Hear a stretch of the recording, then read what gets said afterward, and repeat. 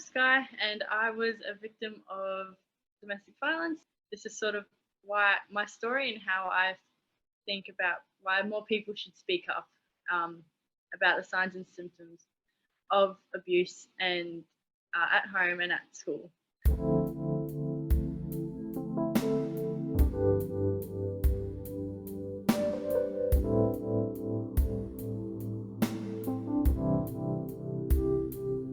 I think it's about time that a lot of people hear it because, I've been so quiet about it for so long. And I think that especially in this time of my life, being a younger woman as well, who's sort of learning and adapting, it's probably best to talk about it. Yeah, of course. Well, this platform is yours and it's your voice Yeah. to share. So I would just be honored to help put your story out there. So if you want to tell me what happens, or as much detail or as little detail as you want, I'm happy to hear it and help you get it out there.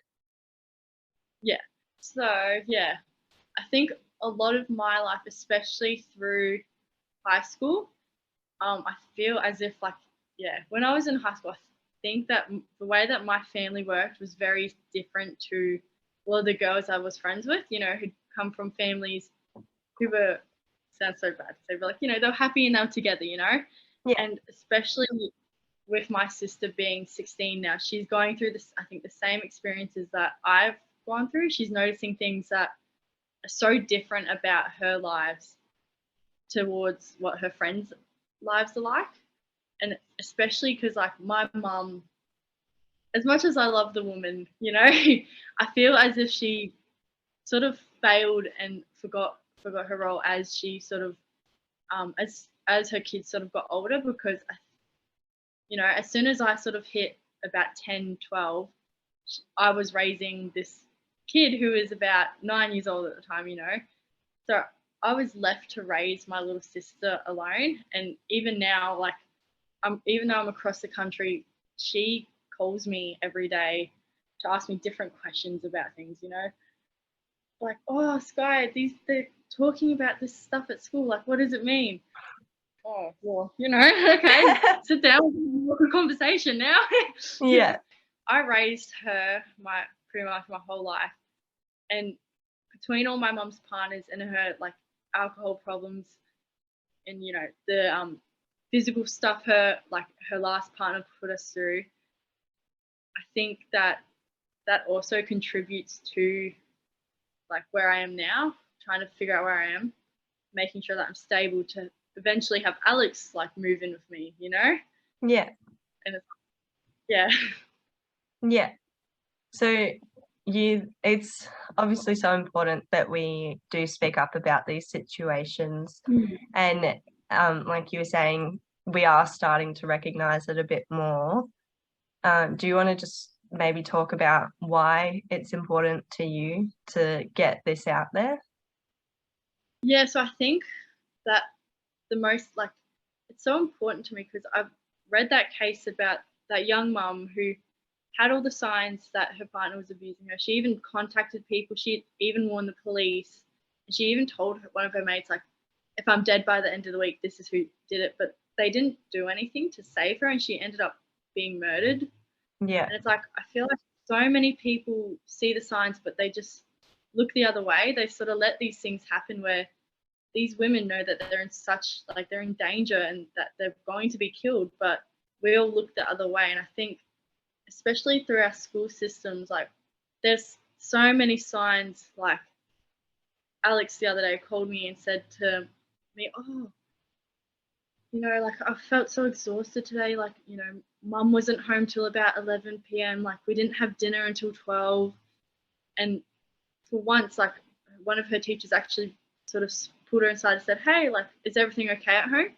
They noticed that she wasn't performing to her best. And I think that's the first time in my life, or even in Alex's life, that we've had a teacher actually notice something.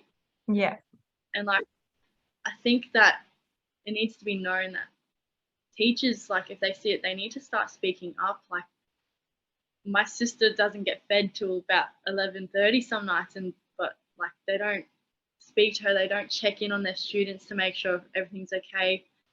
And like, especially myself, I found that there's so many days where I'd be falling asleep. I wouldn't be coping the best, or I'd just start leaving early. And it's sad to think that like I was in year 12, I was ditching school so frequently, but none of the teachers thought to ever actually make sure that I was okay, or like that everything was okay at home. Yeah. Because it's like, how does a kid who has such a great attendance just suddenly drop off the face of the school board and not get noticed, you know? Yeah. I think this is the second time this has actually come up in one of these conversations that I've done. The last video I did with my sister, and she mentioned when our mum was sick, the school, she wasn't at high school yet, but even her primary school barely checked in on her. And she said when they did, it was because they felt like they had to and they didn't actually care. Yeah. So this is the second time that something like this has come up, where it's like, maybe it's that our school systems don't have the resources that they need to recognise and support their students. But I definitely think that's why it's so important that people like yourself and my sister have mentioned that. Like, if already the first two people I've spoken to, that's one of the biggest things they've said, well, then almost every kid out there must be struggling because of it, you know?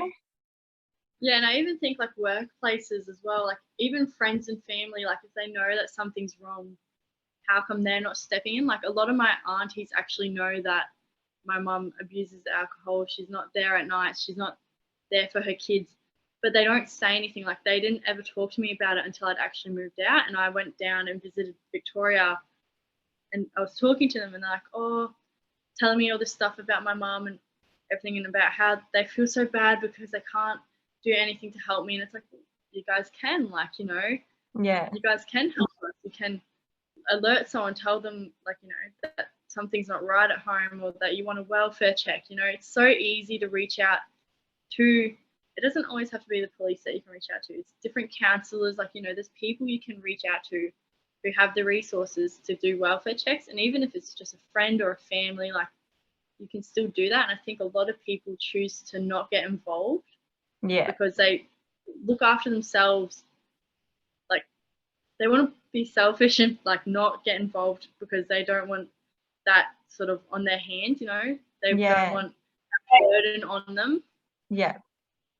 But our kids are suffering because of it, which is the worst part, I think, you know. It doesn't, even if people will have a hint of the idea that something might be going on, or they fully know and they're still not doing anything, it's like, it's just like the bystander effect, you know. If you see it but you don't speak up, you're just leaving these vulnerable people to suffer. Yeah, and it sort of makes you think, like, how many more people have to be hurt until they actually go, all right, we have a big problem. Yeah. Like, we have a problem where people don't want to speak up. Yeah.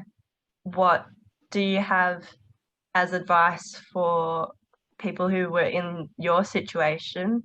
And then in turn, maybe if you were speaking to those aunties that have only just come forward, sort of two separate streams of advice that you would give? I feel like if I could talk to sort of my younger self, I would sort of tell her to speak up, to tell her to reach out and get help, because tell her to speak up and not to let it keep happening, not to let it ruin herself. You know, I feel like if I'd spoken up or had someone speak up for me, I could have done better in school, and I could have had the resources there to put me in a better position. Yeah. And I think I'd also say to my aunt, like my aunties or people who knew but didn't want to do anything about it, you let another kid fall out of the system who now has to work 10 times harder to get to different places in her life. You could have done something to put me in a better position to better my life earlier on, instead of trying to do it now. I was a victim of domestic violence, or people should speak up about the signs and symptoms of abuse, and at home and at school. Thank you so much for this. I really appreciate everything that you've said and done, and you coming forward and making the time. That's all right. It was fun.